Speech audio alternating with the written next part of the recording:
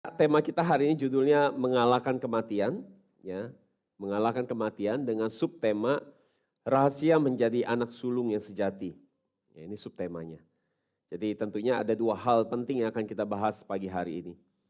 Jadi saudara, saudara seringkali mungkin saudara dengar saya berkata tentang bahwa penting sekali untuk kita jadi anak sulung, betul nggak? Ya, saya sering bicara tentang setiap kita penting untuk bisa jadi anak sulung.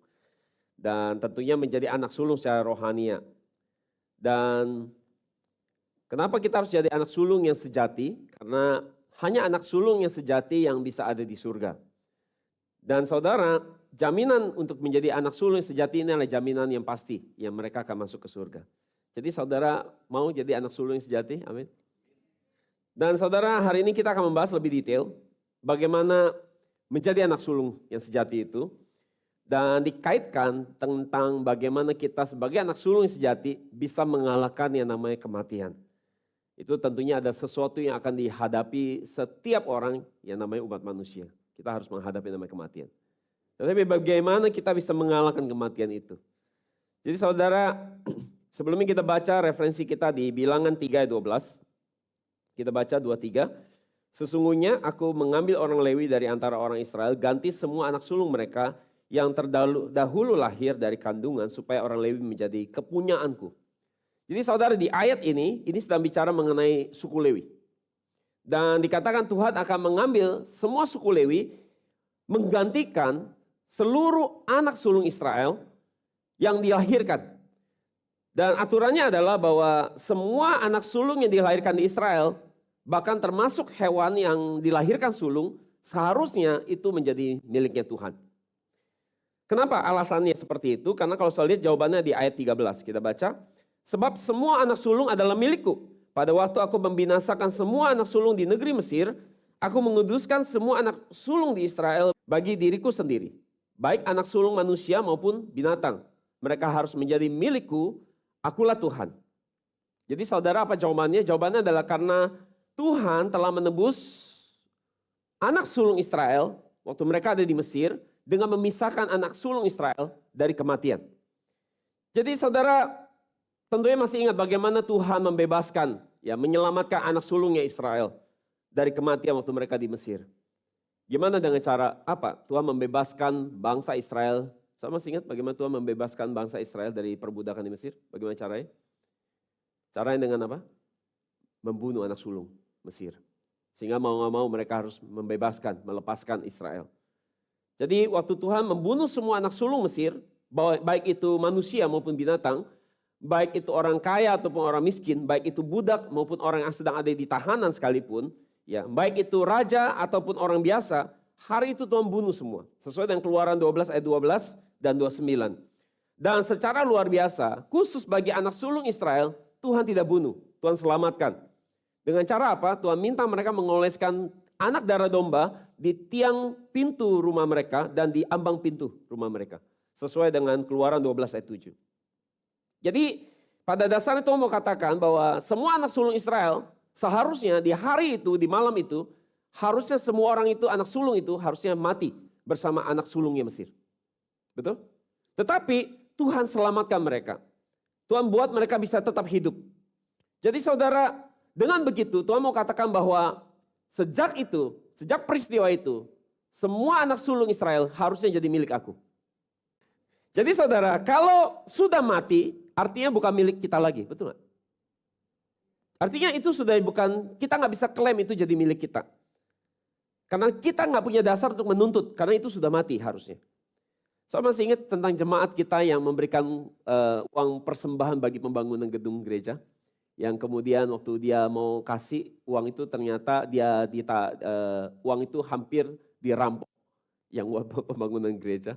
Dan Tuhan selamatkan uang yang buat kasih buat gedung gereja, tapi barang pribadi dia dirampok, hanya uang yang buat gereja yang diselamatkan. Saya masih ingat kisah itu.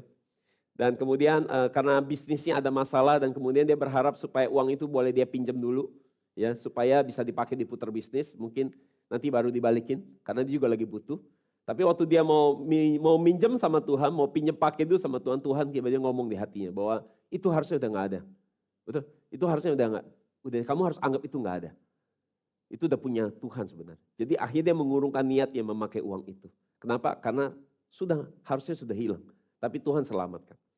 Jadi saudara, kita bisa belajar apa di sini? Kalau uangnya Tuhan sendiri Tuhan selamatkan. Bukankah hidup saudara lebih berharga daripada uang? Ya. Kalau uangnya Tuhan sendiri dia lindungi, bukankah hidup saudara lebih berharga daripada uang itu? Tapi masalahnya kadang-kadang kita lebih sayang uang daripada nyawa kita.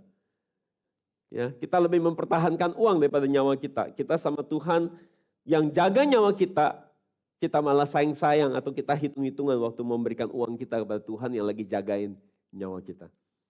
Jadi saudara, karena anak sulung harusnya jadi milik Tuhan semua, itu yang menjadi alasan kenapa Tuhan menjadikan orang Lewi untuk menjadi tebusan. Menukar semua anak sulung mereka. Tetapi masalahnya gini, kalau misalnya, jadi alasan dibalik ini, kalau Tuhan bilang semua anak sulung Israel jadi milik Tuhan, dan kalau Tuhan memang benar-benar melakukan ini, berarti semua anak sulung yang milik keluarga daripada Israel itu sekarang harus jadi punya Tuhan. Nah masalahnya adalah begini, kalau Tuhan menerapkan hukum ini, dengarkan baik-baik, kalau Tuhan menerapkan hukum ini, rasanya akan jadi sangat kejam. Dan sangat berat bagi keluarga Israel. Kenapa? Karena mungkin ada satu keluarga yang hanya punya satu anak. Jadi kalau diambil dia udah gak punya penerus. Betul gak? Atau kalau misalnya keluarga itu hanya punya satu anak laki-laki. Berarti, dan satu anak laki ini anak pertama, anak sulung. Berarti gak punya lagi penerus. Jadi untuk melihat hal ini, Tuhan juga memikirkan jangan sampai keluarga Israel hancur. Maka Tuhan tukar. Semua anak sulung Israel ditukar dengan semua satu suku Lewi. Sebagai pengganti tebusan anak-anak sulung yang milik bangsa Israel. Jadi saudara, maka Tuhan bilang gini, list semua anak sulung milik Israel yang di usia 1 bulan ke atas. Coba di list nama-namanya, coba di list jumlahnya. Dan juga list semua suku Lewi jumlahnya. Dan ketika dicatat, dikumpulkan jumlahnya, ternyata selisihnya gak banyak. Tetapi dari sisi jumlah anak sulung Israel, jumlahnya lebih banyak. Selisihnya sekitar 273 anak sulung. Beda jumlahnya dengan seluruh suku Lewi. Dan selisih ini secara khusus Tuhan udah catat. Dan Tuhan minta supaya bangsa Israel, umat Israel, membayar 5 sikal per kepala. Kan ini bicara tebusan. Sangat nih maksudnya, luar biasa ya Tuhannya. Dan maka kalau di total itu jumlahnya adalah 1.365 sikal perak yang harus dibayar. Karena selisih kurang bayar istilahnya. Ya Tuhan hitungannya sangat presisi ya. Sama bingung gak sama ini? Nggak ngerti ya? Jadi gini. Kalau jumlahnya 100 sama 100, impas. Udah dibayar. Tapi kalau sekarang jumlahnya 150 sama 150 anak sulung Israel, kemudian 100 yang lebih, berarti selisihnya kurang berapa? 50. Jadi berapa yang harus dibayar? 50. Jadi 50 satu kepala nilainya 5 sikal. Harus dibayar kasih ke Harun sebagai pengganti tebusan. Karena ini lagi nebus loh. 1 orang bayar 1 orang, 2 orang bayar 2 orang, 3 orang bayar 3 orang. Saya ngerti maksudnya? Jadi udah tahu juga kenapa Israel yang harus bayar. Kenapa mesti Israel yang bayar? Kenapa bukan Lewi? Kan Lewi yang kurang. Kenapa Israel yang bayar? Kenapa? Siapa yang lagi punya kepentingan? Israelnya. Jadi siapa yang harus bayar kalau kurang? Israel yang bayar. Kan siapa yang lagi mau ditebus emang? Lewi? Enggak, Lewi justru korbannya. Gara-gara Israelnya nih, Lewi harus jadi korban memberikan dirinya loh buat bayar ini orang.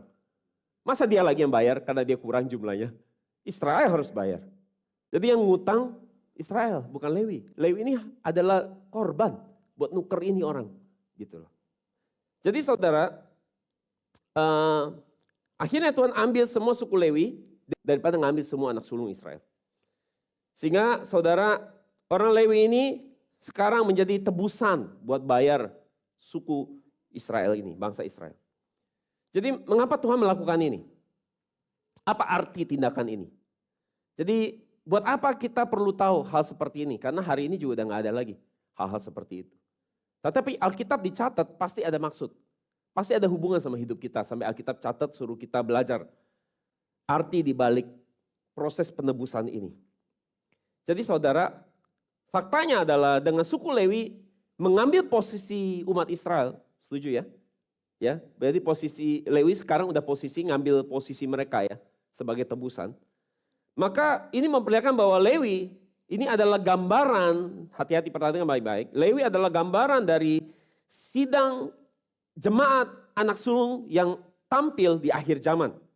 Di kitab Ibrani, di Ibrani 12 ayat 23.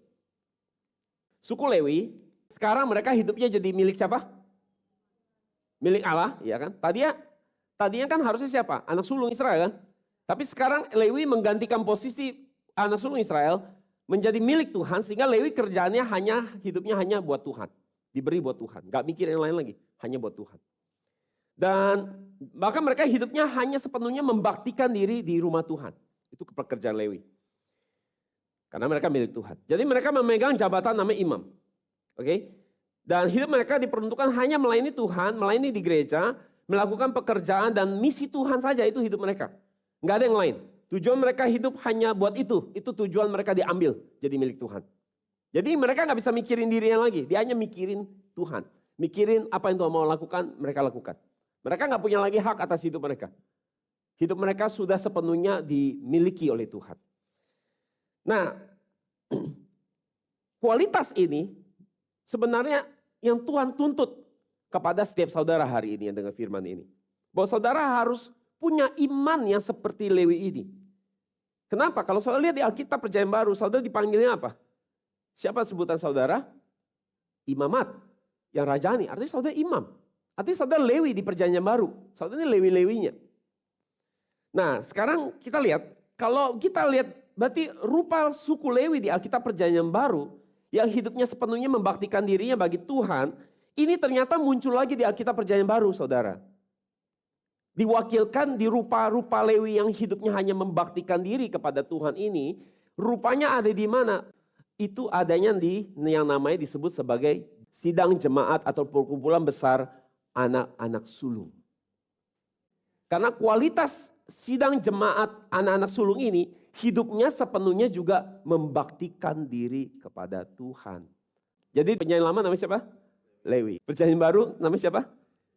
Sidang jemaat anak sulung, atau terjemahan lain perkumpulan besar anak sulung, atau terjemahan bahasa Inggris General Assembly of Firstborn.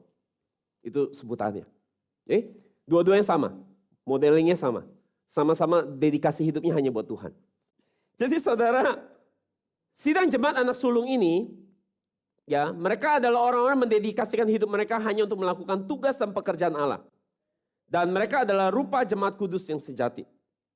Dan saudara, mereka adalah orang-orang yang telah dipilih dari semua orang di muka bumi untuk melayani Tuhan, yang hidupnya hanya untuk membaktikan diri bagi pekerjaan Tuhan dan misi Tuhan. Semoga saudara menjadi bagian dari situ. Jadi gini, saudara mungkin pikir, waktu dengar ini, saudara mungkin pikir, saya punya bisnis yang harus saya take care. Saya ada pekerjaan yang harus saya urus. Ya, saya manajer, saya direktur. Saya sales marketing, saya ada pekerjaan yang hari-hari saya lakukan. Saya ibu rumah tangga, saya mesti ngurus anak, urus keluarga. Saya student, saya pelajar, saya harus sekolah. Saya mahasiswa, saya harus kuliah. Saudara pasti pikir nggak mungkin saya bisa, karena saya punya urusan yang harus saya urus. Saya punya pekerjaan yang harus saya urus. Gimana mungkin saya bisa sepenuh waktu melakukan pekerjaan yang Tuhan mau. Oke? Dan saudara, kenyataannya memang tidak seperti itu. Kenyataannya pekerjaan nomor satu saudara adalah pekerjaan dan misi Tuhan. Dan karir saudara hari ini sebenarnya itu pekerjaan nomor 2 saudara. Bukan saya ngomong. Itu kenyataannya, itu yang Alkitab katakan. Kenyataan seperti itu. Jadi saudara, faktanya bahwa ternyata pekerjaan saudara itu ada karir nomor 2 saudara. Dan melakukan pekerjaan dan misi Tuhan itu adalah pekerjaan nomor 1 saudara. Oke, saya adalah Lewi. Ya, pendeta saudara adalah full timer yang melayani di rumah Tuhan dengan apa? Sepenuh waktu. Tetapi saudara, bukan karena saya melayani sepenuh waktu, kemudian saudara berpikirkan sudah ada pendeta yang melayani sepenuh waktu. Jadi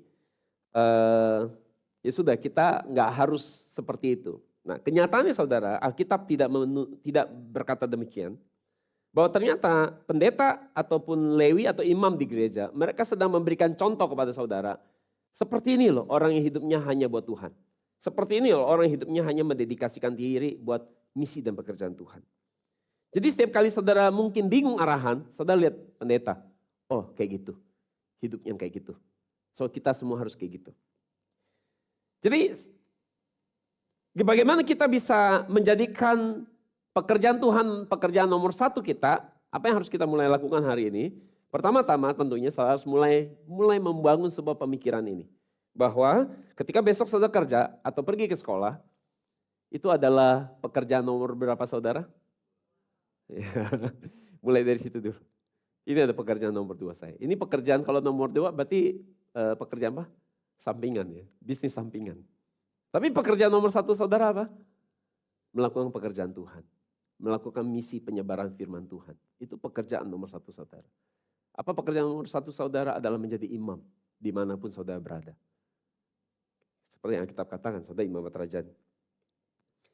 Nah, ketika saudara mulai menyadari fakta ini, maka semoga Tuhan buka jalan, saudara bisa punya pekerjaan yang mungkin lebih fleksibel waktunya, sehingga bisa lebih banyak memikirkan pekerjaan Tuhan.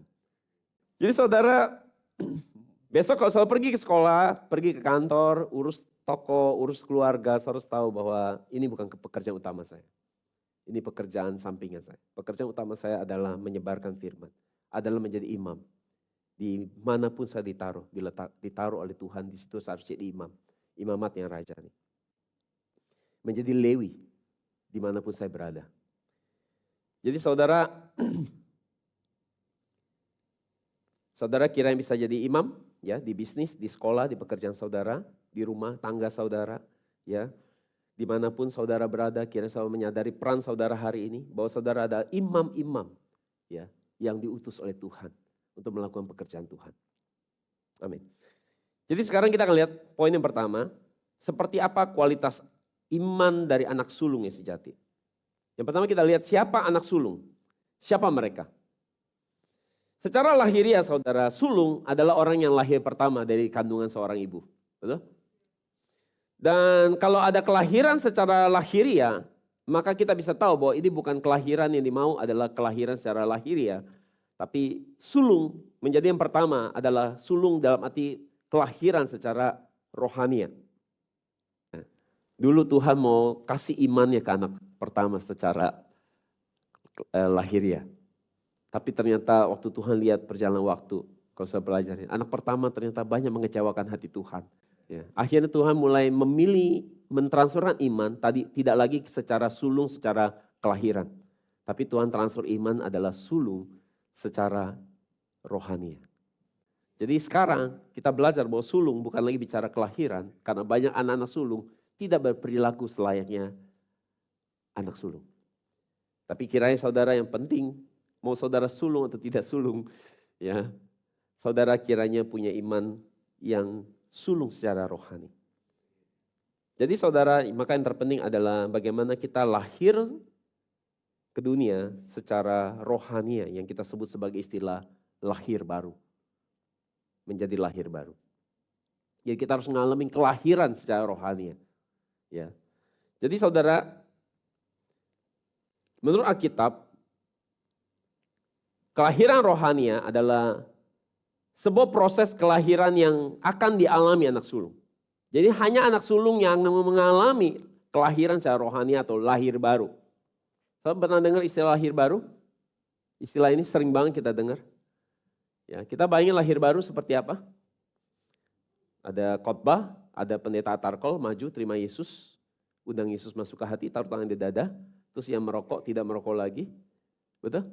Yang pergi ke pelacuran tidak lagi pergi ke pelacuran, yang suka judi tidak judi lagi, yang suka main game tidak main game lagi, gitu.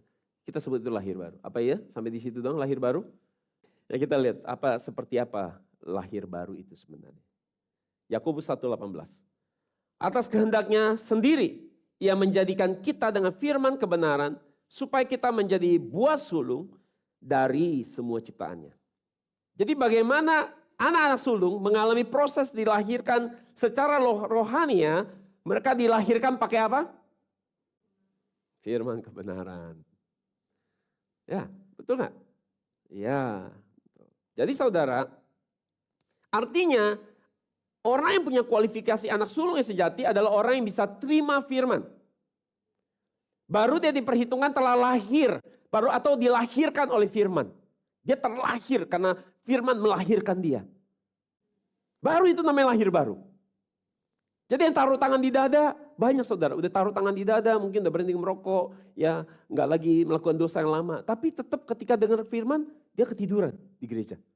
Dia hanya bisa dengar firman yang berkat-berkat, mujizat-mujizat dia bisa dengar. Tapi firman yang lebih baik menggali Alkitab, dia bingung. Dia hanya bisa dengar firman yang, apakah lahir baru itu bicara hanya dengar firman yang ayatnya cuma dicomot-comot, yang isinya berkat itu terima firman? Saudara setuju? Sudah terima firman? Jadi terima firman itu harus terima firman apa menurut saudara? Alkitab perjanjian lama perjanjian baru. Itu namanya terima firman, utuh terimanya. Jadi ciri orang yang lahir baru adalah mereka orang yang bisa terima Alkitab perjanjian lama dan perjanjian baru dengan baik.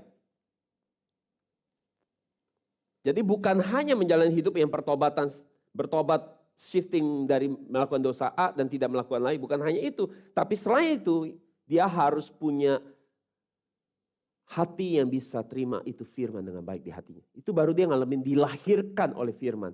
Baru dia dicetak jadi anak sulung. Jadi anak sulung itu dicetaknya pakai firman. Jadi saudara, itulah ciri-ciri orang yang lahir baru. Jadi hari ini banyak orang bilang dia lahir baru tapi dia buta sama firman. Dia nggak bisa mengerti firman dengan baik. Dan ada lagi kelompok lain yang merasa lahir baru, perhatikan baik-baik.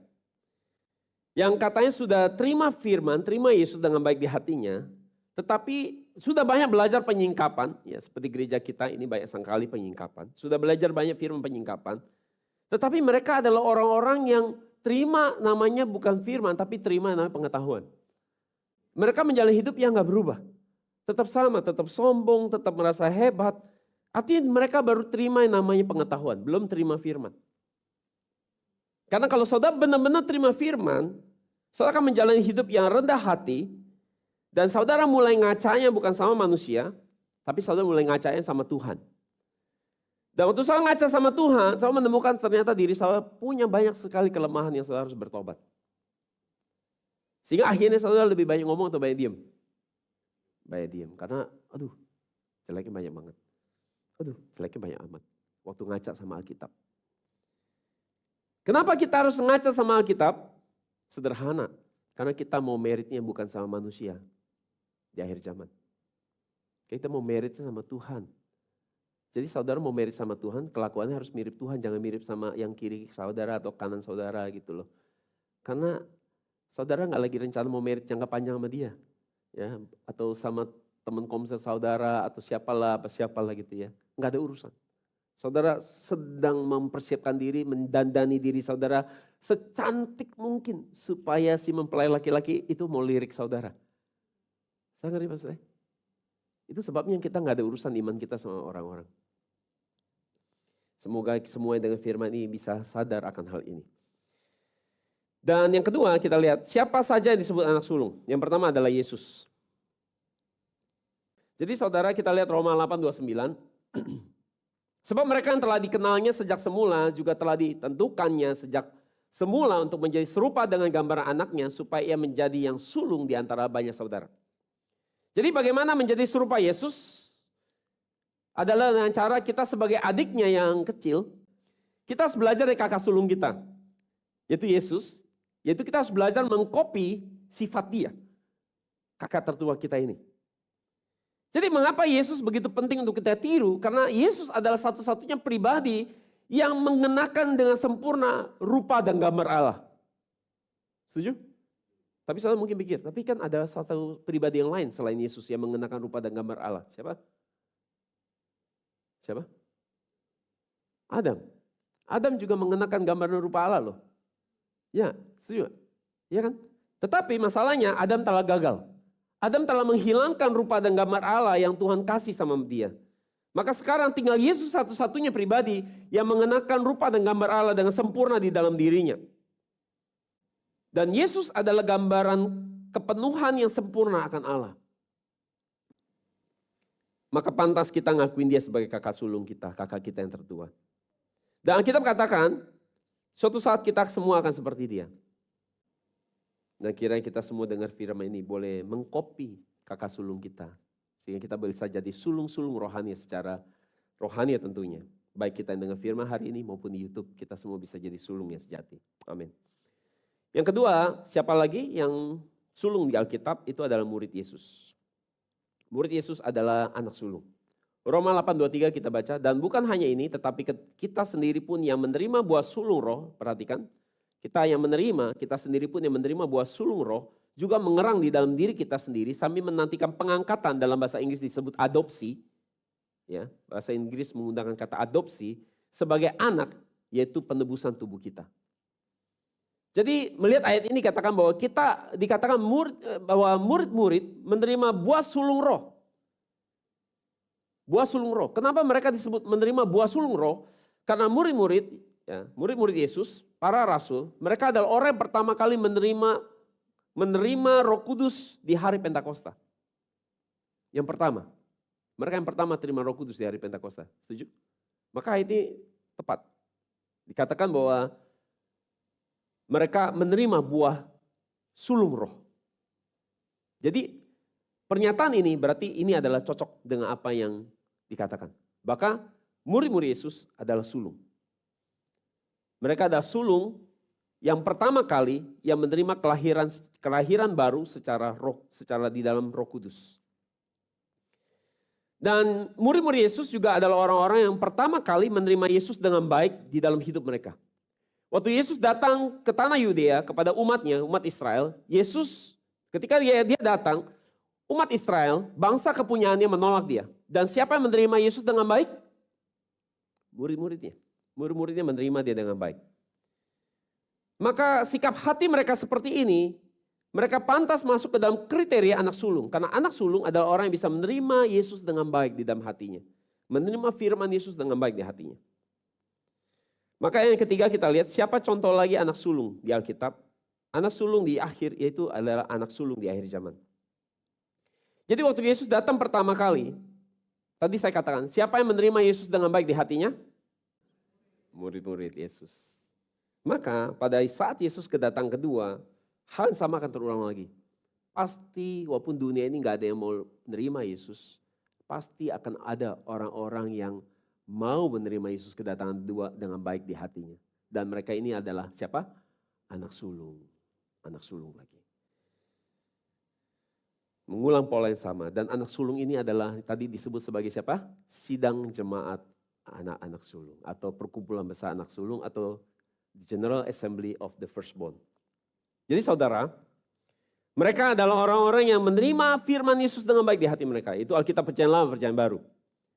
Dan mereka adalah orang yang mempelajari Alkitab untuk kenal Yesus dengan baik. Sehingga waktu Yesus kedatangan kedua, mereka bisa kenal dengan baik di dalam hati mereka. Sehingga mereka bisa menyambut Yesus kedatangan dua ini dengan baik.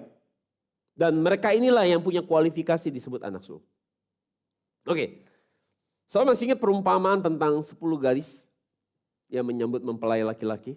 5 yang bijaksana karena mereka menyiapkan cadangan minyak ekstra. Kemudian 5 yang tidak menyiapkan cadangan minyak ekstra disebut sebagai gadis yang bodoh. Dan mempelai laki-laki ini adalah representatif gambaran tentang Yesus sendiri yang akan datang. Saya masih ingat kisah ini. Dan kisah ini sedang mengambil segmen tentang apa yang akan terjadi di akhir zaman. Di zaman kita tentunya. Peristiwa ini akan terjadi. Dan kalau saudara ingat, karena mempelai laki-laki tidak kunjung datang, akhirnya mereka semua jatuh tertidur. Dan kemudian di Matius 25 ayat 6 dikatakan apa? Kita baca. Namun pada tengah malam ada teriakan, mempelai laki-laki datang, keluarlah untuk menyambutnya. Pertanyaan gini, dari mana sumber teriakan ini? Siapa orang ini? Siapa orang yang lagi teriak ini? Itu adalah teriakan yang keras dari siapa? Anak sulung. Artinya anak sulung dia tahu kapan mempelai laki-laki akan datang. Yang lain nggak tahu, tapi dia yang tahu. Itu sebabnya dia yang teriak. Kenapa dia bisa teriak? Dia bisa tahu. Karena hanya anak sulung yang matanya nggak akan pernah luput. Ikutin terus kemana anak domba itu pergi.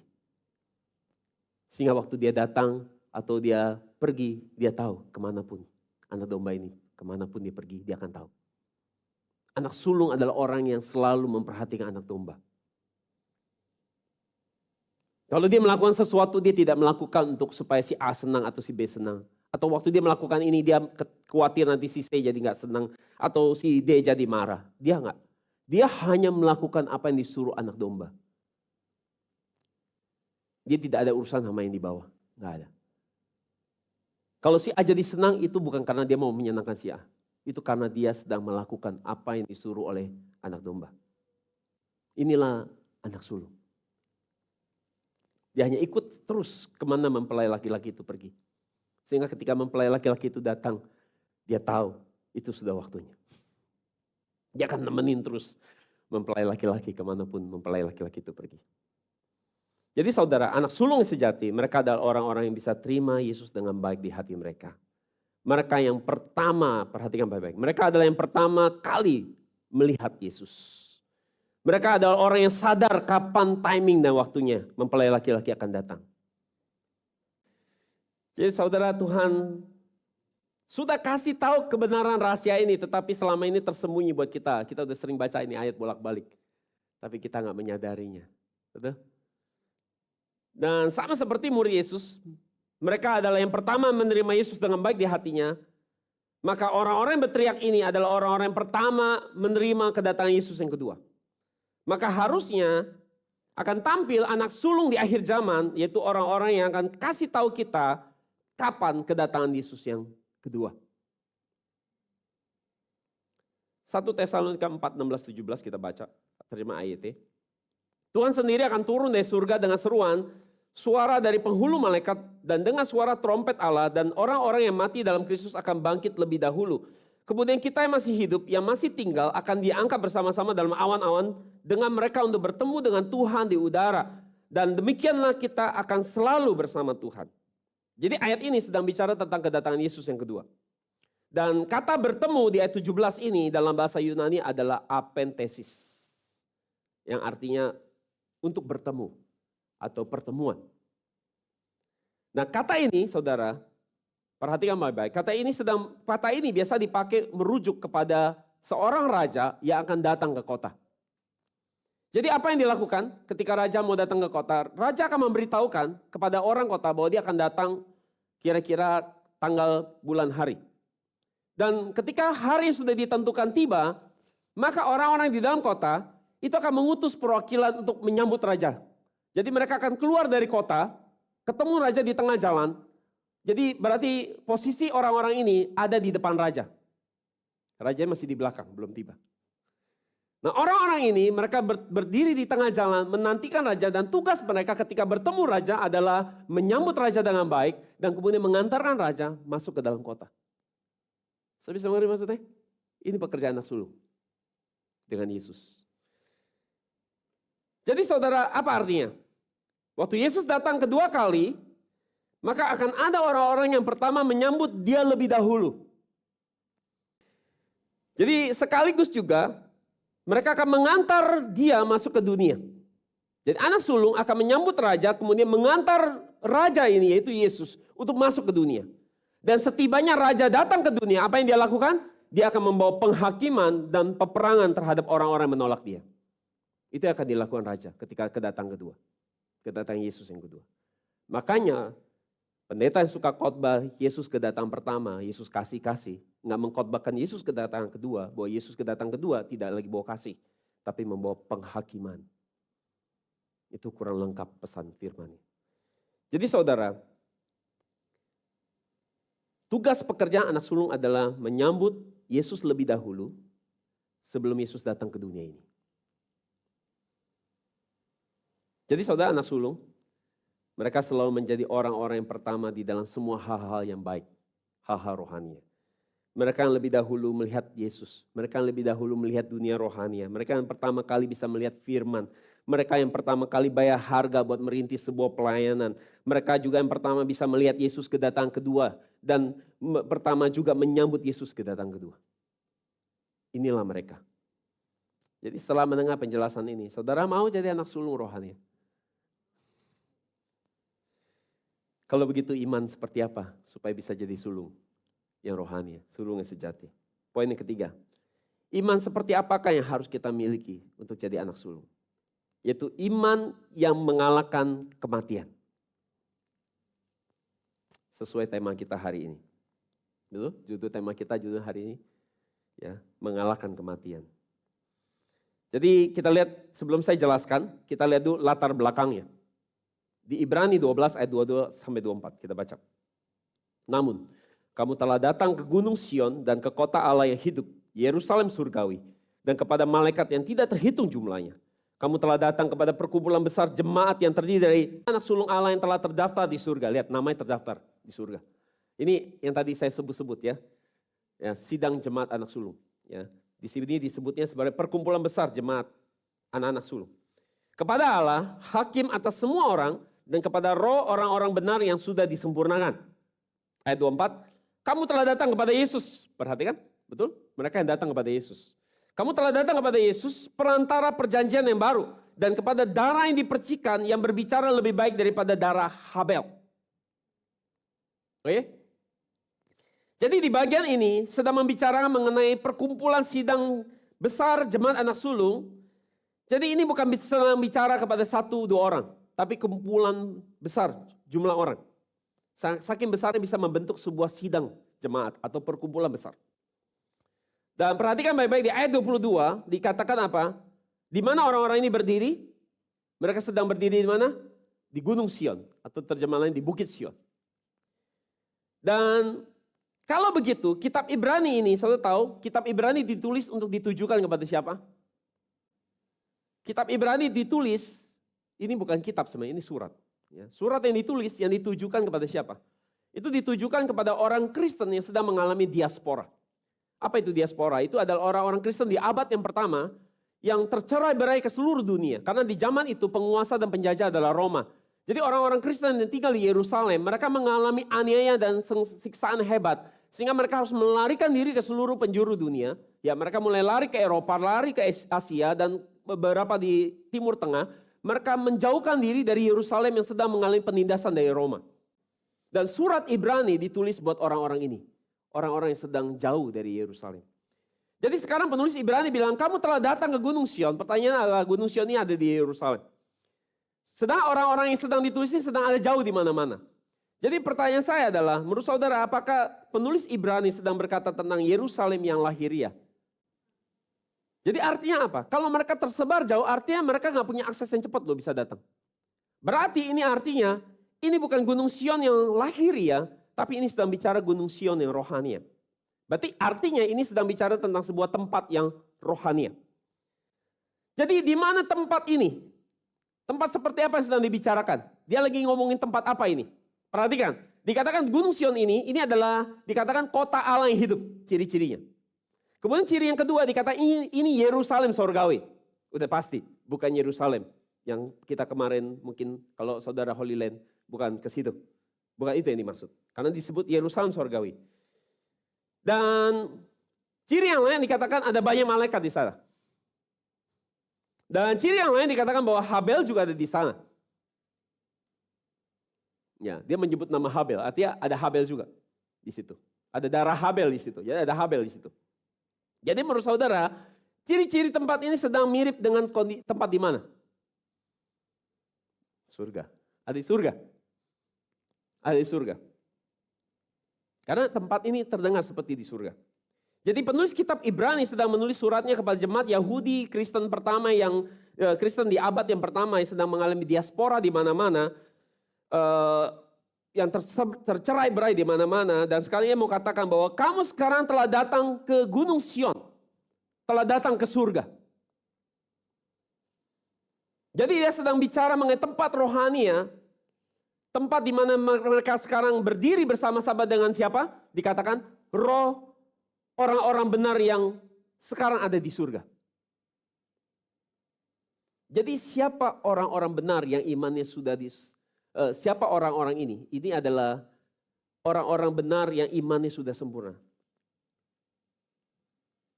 Pertanyaan gini, jika kita lihat di ayat 1, kita lihat di ayat 1, Ibrani 12 ayat 1, dikatakan gini, kita baca. Karena kita mempunyai banyak saksi yang mengeliling kita seperti awan. Jadi artinya, ada saksi yang mengelilingi kita seperti awan. Pertanyaan saudara, siapa orang-orang ini? Siapa mereka? Siapa mereka ini? Saksi-saksi yang seperti awan yang mengelilingi hidup kita. Jawabannya sudah disediakan di pasal yang ke-11. Ibrani 11 sudah menjelaskan siapa mereka sebenarnya. Di situ saudara bisa menemukan bahwa penulis Ibrani, dia melis nama-nama orang-orang yang diakui imannya baik. Mulai dari Habel, Henok, Nuh, Abraham, Ishak, Yakub, Yusuf, Musa, Rahab, Daud, dan dia katakan terlalu banyak untuk dia tulis. Oke. Dan ini adalah tokoh-tokoh iman yang memelihara iman mereka dengan baik. Yang melis nama-nama itu, dan kemudian di Ibrani 12 ayat 1 dikatakan bahwa kita memiliki saksi-saksi seperti awan yang mengelilingi kita. Jadi kita sudah jelas siapa yang sedang dijelaskan di sini, yaitu para pendahulu iman kita, orang-orang yang sudah mati ini. Orang-orang yang telah melihara iman di pasal 11. Maka dikatakan apa? Marilah kita meninggalkan semua beban dan dosa yang menjerat kita dan berlari dengan tekun pada perlombaan yang disediakan di hadapan kita. Karena saksi-saksi ini sedang memperhatikan kita. Waktu penulis Ibrani nulis ini pun orang yang disebutkan itu juga mati semua. Tapi dikatakan bahwa mereka seperti saksi yang memperhatikan kita. Jadi saudara selama ini paham gak ya kondisi seperti ini? Waktu baca Ibrani 11-12, tahu gak ada kondisi seperti ini? Dan dikatakan di sini bahwa orang Kristen yang sedang mengalami diaspora, termasuk kita hari ini, dikatakan bahwa kita bersama-sama dengan orang-orang ini, orang-orang di pasal 11, kita akan berdiri di Bukit Sion, rohania, artinya di surga, dengan bersama orang-orang yang sudah mati, yang imannya sudah sempurna. Itu bisa Abraham, bisa Ishak, Yakub, Yusuf, Daud. Bisa juga papa mama kita yang sudah mati dengan iman yang baik. Mereka sedang bersatu dan berkumpul. Atau kakak-kakak kita yang mungkin rohani kita tahu baik, ada di sana, sedang menyaksikan kita. Tapi ini jadi semakin aneh. Karena kita jadi membayangkan apakah itu seperti roh gentayangan. Ya kan? Yang sedang liatin kita gitu. Abraham seperti roh gentayangan liatin saudara gitu. Saya akan coba jelaskan hal ini buat saudara. Saya akan ceritakan sedikit apa yang terjadi dengan hidup saya. Suatu saat, sudah agak lama saya lupa, sekitar 1 tahun lalu. Sekitar jam 8 malam, saya sedang duduk baca Alkitab. Waktu saya sedang baca Alkitab, sambil membaca Alkitab saya mulai memikirkan hal ini. Yaitu saya berpikir, saya bergumul di hati saya, bagaimana saya bisa punya iman yang berkenan di mata Tuhan, bukan di mata manusia. Dan itu yang terus saya gumulkan ya. Saya mau jadi yang sempurna di hadapan Tuhan, bukan di hadapan manusia. Dan ini menarik. Tanpa tanda-tanda apapun. Tidak ada suara angin yang deras secara alam roh. Tidak ada getaran-getaran atau ada atmosfer yang tiba-tiba begitu mencekam. Atau merinding-merinding mungkin, tidak ada. Tapi sesuatu terjadi tiba-tiba. Dengan mata yang terbuka. Tiba-tiba ada satu sosok muncul di kamar saya lagi saya baca Alkitab. Bukan berdiri begini, tapi dia berjalan menyamping. Seperti menyamping. Sambil melihat saya seperti ini, saya duduk di situ di ranjang sambil tersenyum dan hitungan 3 detik. 1, 2, 3 hilang.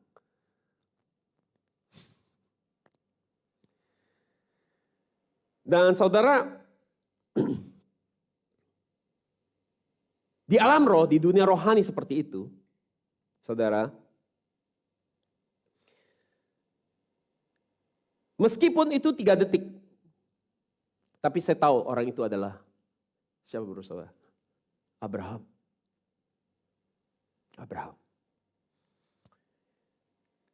Karena begitu cepat saya nggak bisa jelaskan juga rupanya. Tapi saya tahu hari itu di roh saya itu Abraham. Dan saat saya lihat dia, tanpa mengerti, tiba-tiba air mata saya mulai menetes. Saya mulai menetes. Hati saya tiba meleleh. Saya nggak tahu kenapa. Saya nggak tahu kenapa saya meleleh. Tapi setelah adegan itu, saya jadi mengerti kenapa air mata saya menetes. Kesan dan tatapan dan senyuman itu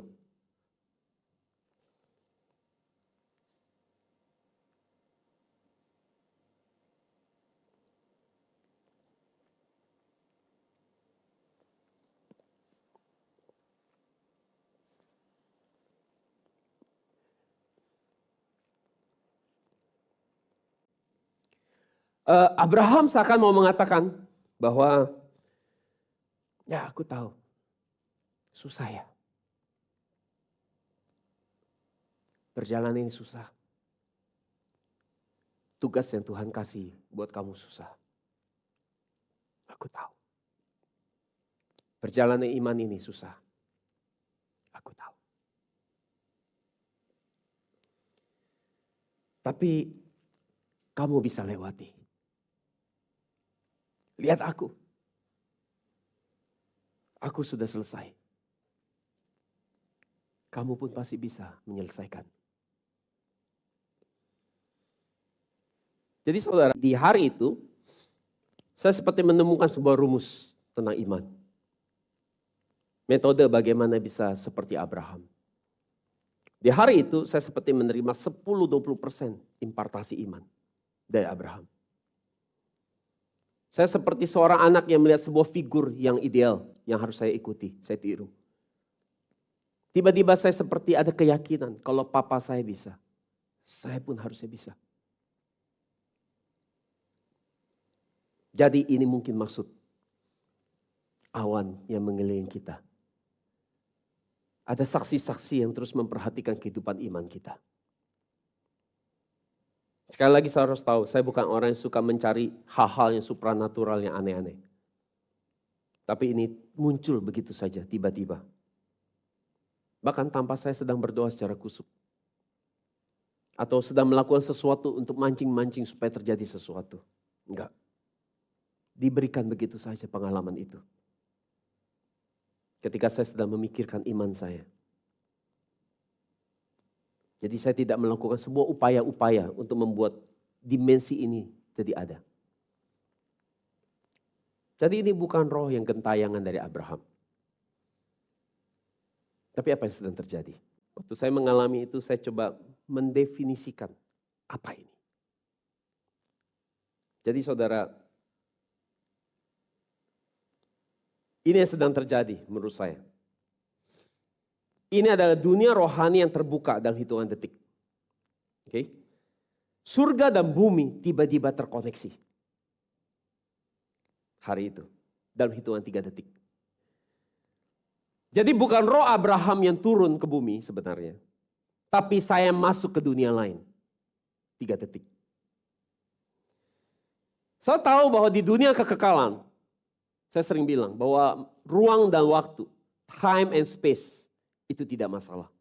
Bahwa saudara bisa menjelajah ruang dan waktu dengan cepat di dalam dunia kekekalan.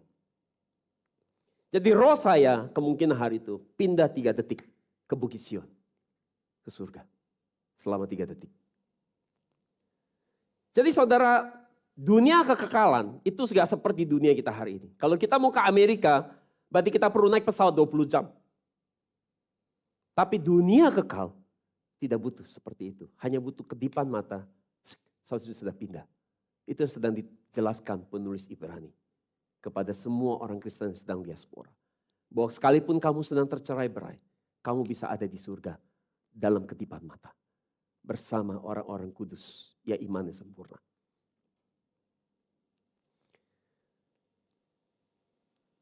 Dalam seketika, sekejap mata. 1 Korintus 15:51 katakan, dalam sekejap mata jika nafiri akhir berbunyi, trompet itu berbunyi, kita akan diubah dalam In the blink of the eyes. Dalam sekejap mata. Dari tadi saudara udah berkedip berapa kali ya, saudara nggak tahu. Secepat itu saudara akan diubah, diangkat. Jadi saudara, alam dunia surga itu begitu dekat. Saudara bisa pergi ke sana. Tapi untuk mengakses dunia itu, saudara dibutuhkan iman yang murni. Iman yang berpihak sama Tuhan. Maka saudara bisa berdiri di Bukit Sion, di surga. Hanya dengan kedipan mata. Maka saudara kalau lihat ayat ini, semakin jelas bagi kita. Bahwa entahkah saudara bisa lihat atau tidak lihat, bahwa dunia surga itu ada di sekeliling saudara. Saudara bisa lihat atau tidak lihat, orang-orang benar yang imannya sudah sempurna, Abraham, Ishak, Yakub, Yusuf, Daud, mereka sedang memperhatikan saudara. Itu sebabnya gak heran Yesus katakan di Matius 22 ayat 32, kita baca sama-sama. Ini perkataan Yesus. Akulah Allah Abraham, Allah Ishak, dan Allah Yakub. Ia bukanlah Allah orang mati, melainkan Allah orang hidup. Ia adalah Allah orang hidup. Waktu Yesus ngomong ini, Abraham, Ishak, Yakub masih hidup? Sudah mati. Tapi Yesus bilang mereka orang apa? Orang hidup. Apa artinya? Artinya hanya tubuhnya yang mati. Tapi roh, jiwa masih hidup. Imannya masih hidup. Sehingga Yesus mengakui mereka orang hidup. Jadi di mata Yesus orang-orang ini masih hidup. Meskipun sudah mati. Bukankah luar biasa firman ini? Iman yang mengalahkan kematian. Dan bagi kita pun dengan iman kita harus percaya dan sadar bahwa mereka masih hidup saat ini.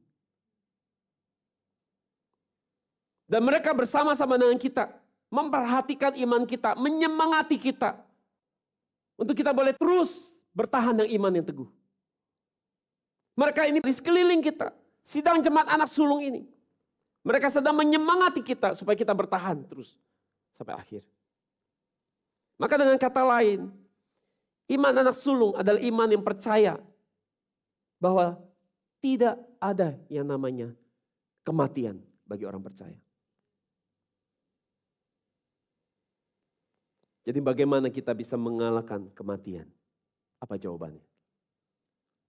Bahwa kita percaya, bagi orang percaya, bagi orang-orang anak sulung, kualitas anak sulung, tidak ada yang namanya kematian. Atau tepatnya iman saudara adalah iman yang melampaui atau mengalahkan yang namanya kematian. Jadi meski saudara mati, saudara tahu toh itu hanya masalah tubuh. Tetapi roh jiwa saudara akan tetap hidup. Itu artinya justru ketika saudara mati, saudara sedang melampaui atau mengalahkan kematian itu. Buktinya apa?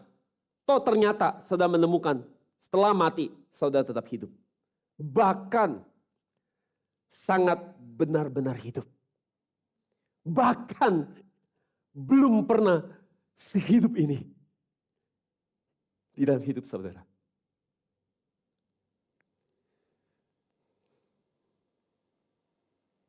Sebaliknya jika saudara mati tubuhnya dan kemudian saudara berakhir di neraka, baru itu benar-benar mati. Karena saudara akan mati dengan mengerikan di lautan api itu. Tetapi bagi kita orang percaya, tidak ada yang namanya kematian. Kematian tubuh adalah sebuah cara untuk memindahkan diri kita dari dunia yang fana ini untuk masuk ke hidup yang kekal yang namanya surga, untuk menjalani hidup yang benar-benar hidup.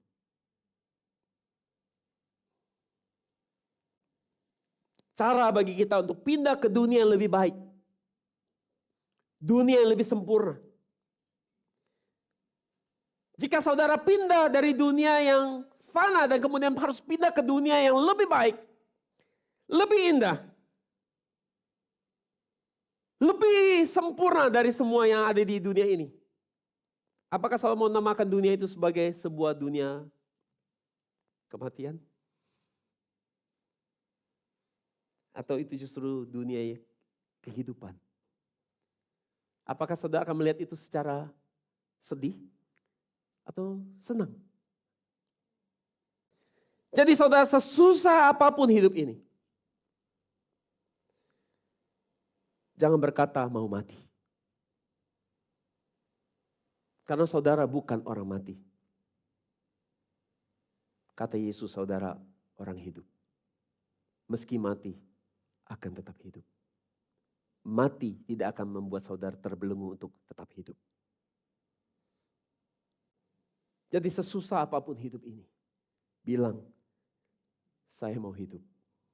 Jangan bilang saya mau mati. Kenapa saya harus bilang saya mau hidup? Karena saya orang hidup.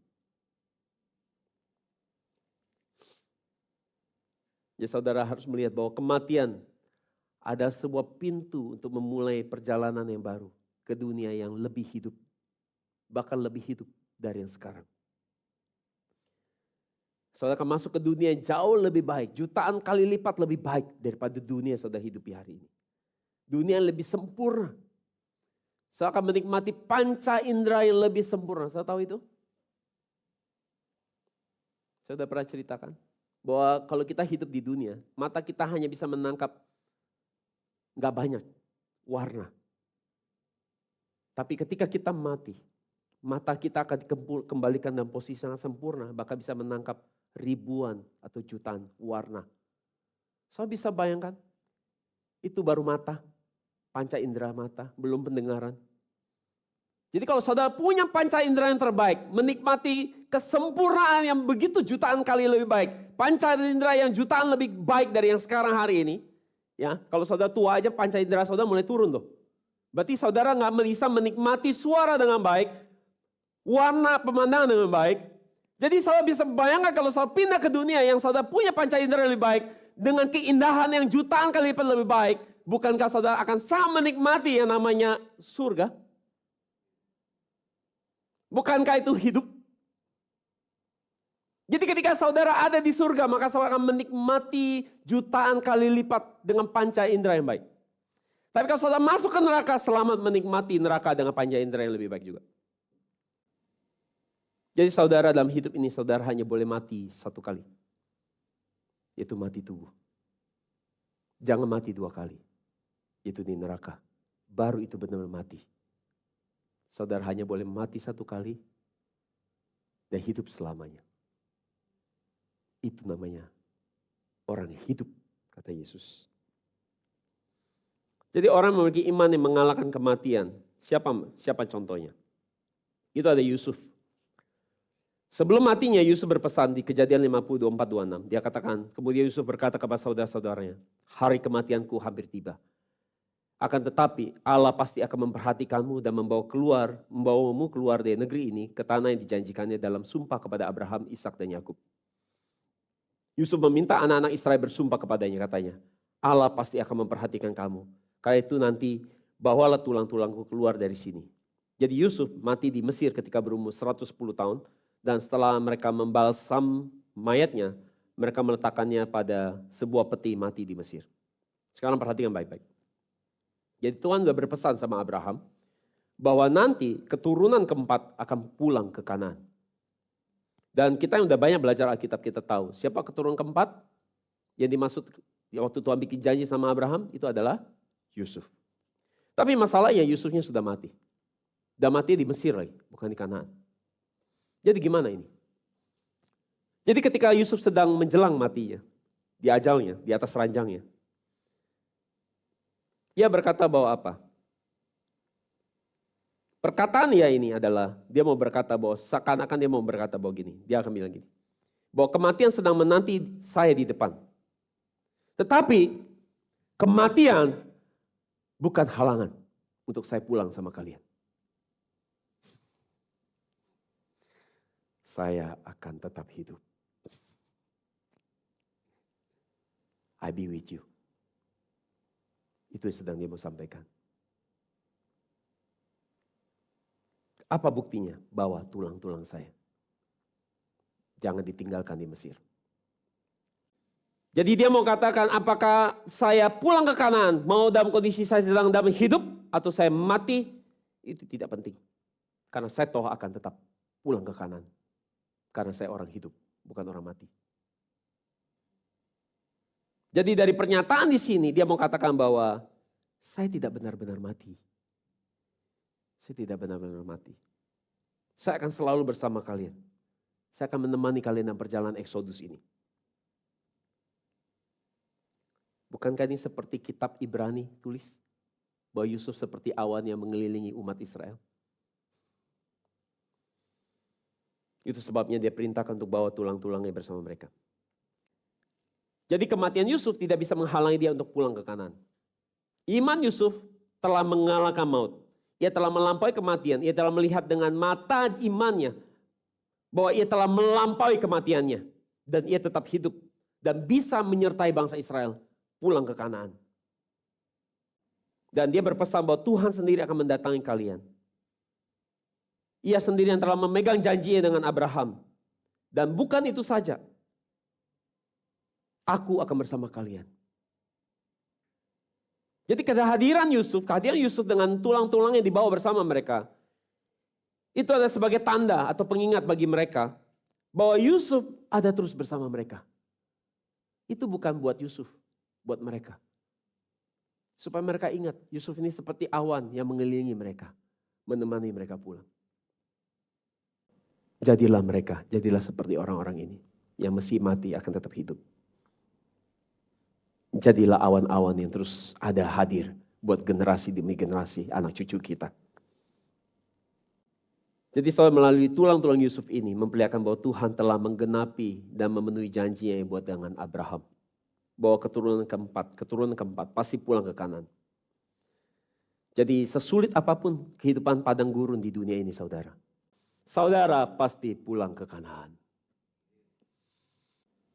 Matius 24:24. Lalu Yesus berkata kepada murid-muridnya, setiap orang yang mengikut aku, ia harus menyangkal dirinya dan memikul salibnya dan mengikut aku.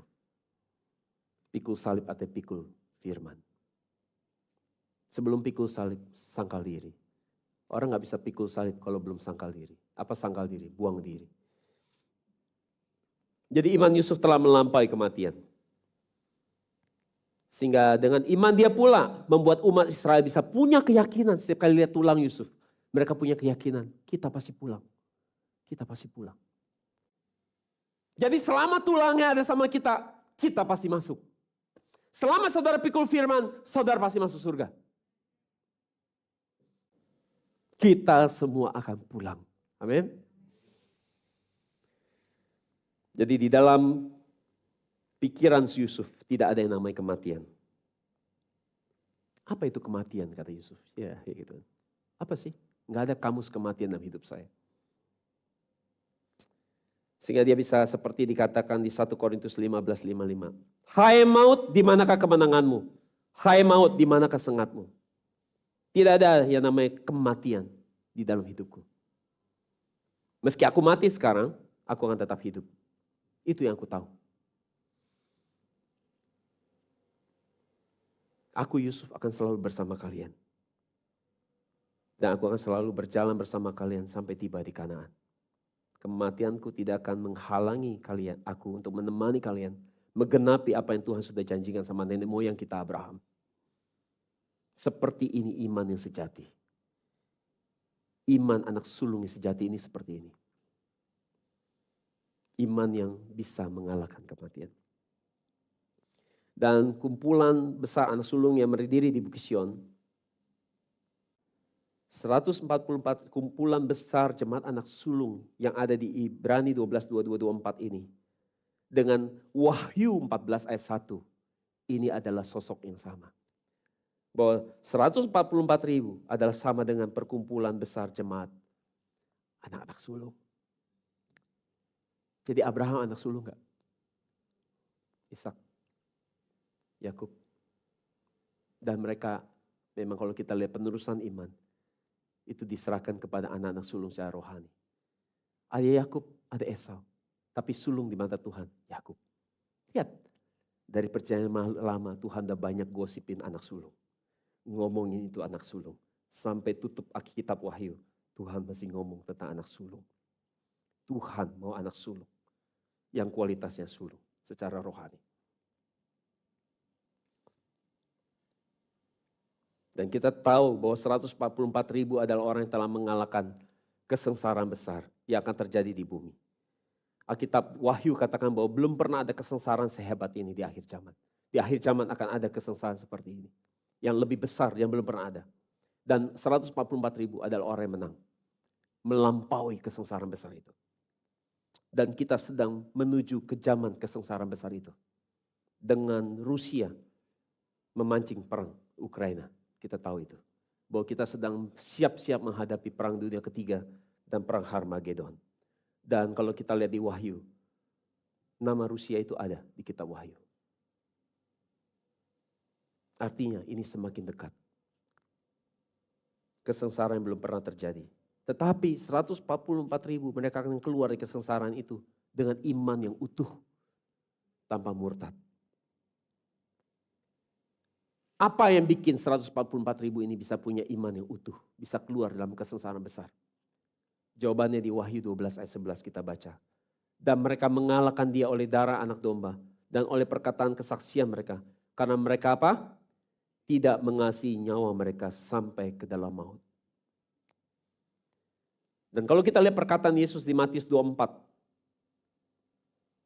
Yang kita tadi baca sebelumnya, lanjutan ayat yang kita baca tadi. Ayat 25-26. Karena barang siapa mau menyelamatkan nyawanya, ia akan kehilangan nyawanya. Tetapi barang siapa kehilangan nyawanya karena aku, ia akan memperolehnya. Apa gunanya seorang memperoleh seluruh dunia tetapi kehilangan nyawanya? Dan apakah dapat diberikannya sebagai ganti nyawanya? Jadi mengapa mereka bisa menang menghadapi kesengsaraan besar? Karena mereka adalah orang yang tidak takut kehilangan nyawanya. Dalam arti mereka orang yang tidak takut mati. Kenapa mereka tidak takut mati? Karena di kamus hidup mereka tidak ada yang namanya kematian. Keren? Keren. Luar biasa. Mereka telah mengalahkan kematian. Mereka orang yang menang atas kematian. Iman mereka adalah iman yang melampaui kematian. Orang yang takut mati akan sayang-sayang sama nyawanya. Di hari ini orang pegang kuat-kuat nyawanya. Nggak mau kehilangan nyawa. Saudara sering dengar khotbah saya yang saya berkata bahwa orang yang tidak mau bertobat adalah orang yang terlalu sayang sama dirinya. Saya sering dengar ini. Dia terlalu sayang melepaskan kesenangannya. Dia terlalu sayang melepaskan kenikmatannya. Dia terlalu sayang meninggalkan kenyamanannya dia. Dia terlalu sayang sama dirinya sendiri. Dia gak mau susah sedikit pun. Kalau jadi Kristen, kalau bisa hidup senang di dunia, bahagia di surga.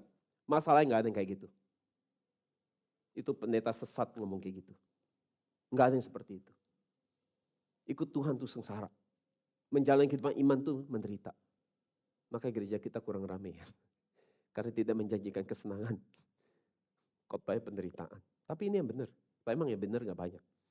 Jadi saudara, orang yang hidupnya mau nyaman, artinya mempertahankan egonya. Mempertahankan nyawanya. Saudara saya mau tanya, di hari kesengsaraan besar, kalau antikris itu datang, taruh itu golok di leher, sangkal Yesus atau mati, dia akan lepaskan imannya gak?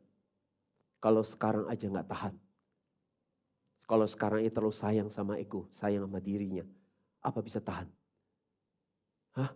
Bisa tahan. Bisa survive hari itu. Yang ikut Tuhan maunya diberkati, mau enak-enak aja, mau senang-senang aja di bumi. Apa bisa bertahan mengalahkan kematian? Pilih Yesus atau mati. Kamu sangkal Yesus atau mati? Dia pastikan sangkal. Tapi bagi anak sulung waktu ditaruh golok di lehernya. Sangkal Yesus atau mati? Dia bilang apa? Bunuh saja aku. Kenapa mereka bisa begitu? Karena mereka tahu mereka tidak akan mati. Mereka akan tetap hidup. Karena tidak ada yang namanya kematian. Kira-kira saudara bisa terima impartasi ini hari ini. Bahwa bagi saudara tidak ada yang namanya kematian. Saudara akan tetap hidup.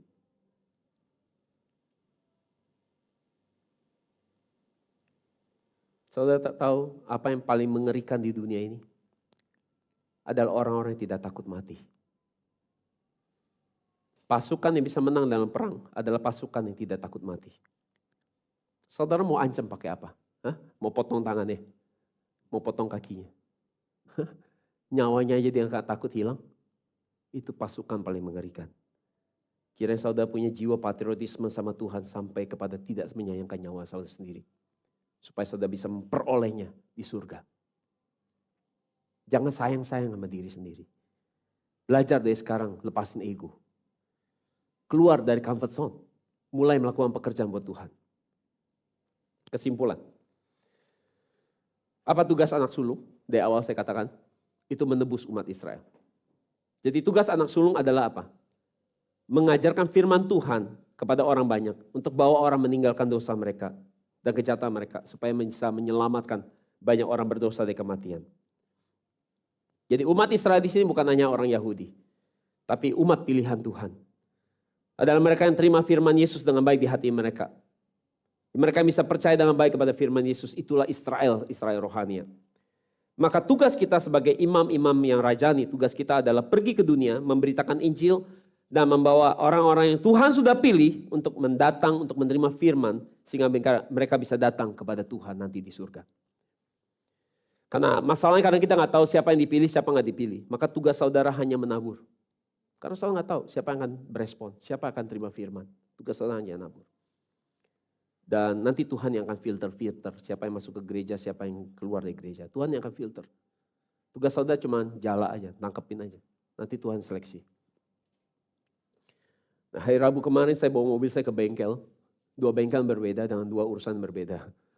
Bengkel pertama saya ketemu dengan salah satu orang yang servis juga di situ. Jadi di ruang tunggu saya mulai nginjil. Ya, saya selalu kalau ada kesempatan saya nginjil. Saya mulai nginjil. Waktu saya mulai nginjil, dia bilang sorry, saya bukan orang yang... Ngobrolnya selalu.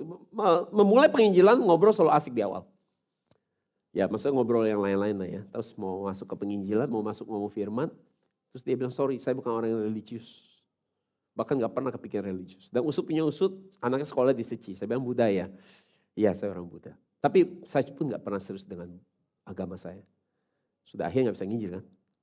Oke, pindah ke bengkel kedua. Ya, 1 hari di 2 bengkel berbeda. Pindah bengkel kedua. Bengkel kedua ketemu dengan ownernya. Nah ownernya ini buka harga sama saya sekian. Terus tiba-tiba waktu ketemu, dia naikin harganya 1 juta. Nggak komit, ya sudahlah. Tapi kerjaan dia rapi, bagus. Ya sudahlah, saya bilang oke, saya bayar.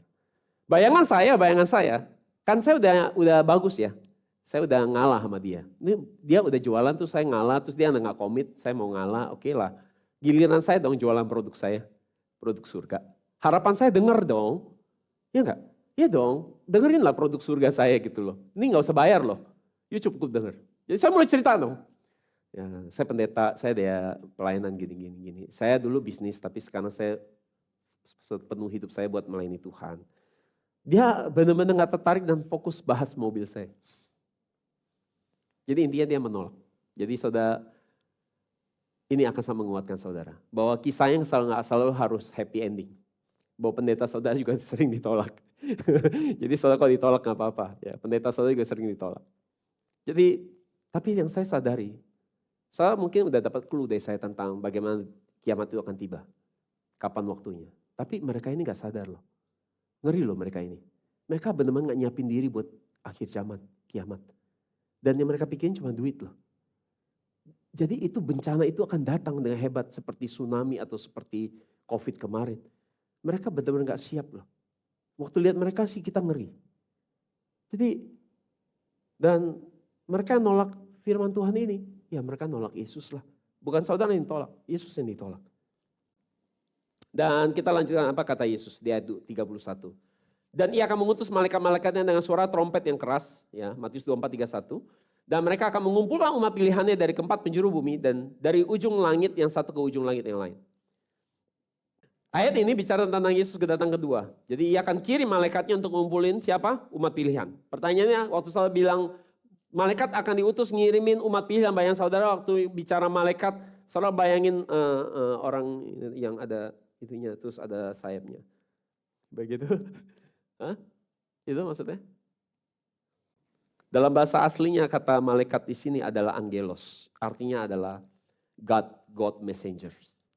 Pembawa pesan Allah. Jadi apakah ini yang ada sayap? Saudara yang pergi beritain firman. Saudara malaikatnya, ngumpulin orang dari 4 penjuru bumi. Saudara yang bawa Injil yang murni ini. Saudara malaikat-malaikat yang sedang ngumpulin manusia dari 4 penjuru bumi. Jadi karir saudara, meskipun saudara dokter, lawyer, mahasiswa, pengusaha, pelajar, ya profesional, ibu rumah tangga, itu bukan pekerjaan utama saudara. Pekerjaan utama saudara adalah menjadi God messengers, pembawa pesan Tuhan, menjadi malaikat-malaikat Tuhan. Itulah karir nomor 1 saudara. Pekerjaan saudara adalah nomor 2, pekerjaan nomor 2.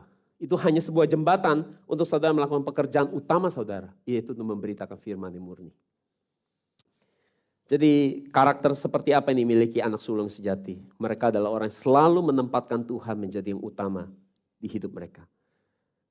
Saudara mungkin sering dengar saya berkata ini, bahwa ukuran orang cinta Tuhan bukan dari perkataan suka bilang cinta Tuhan.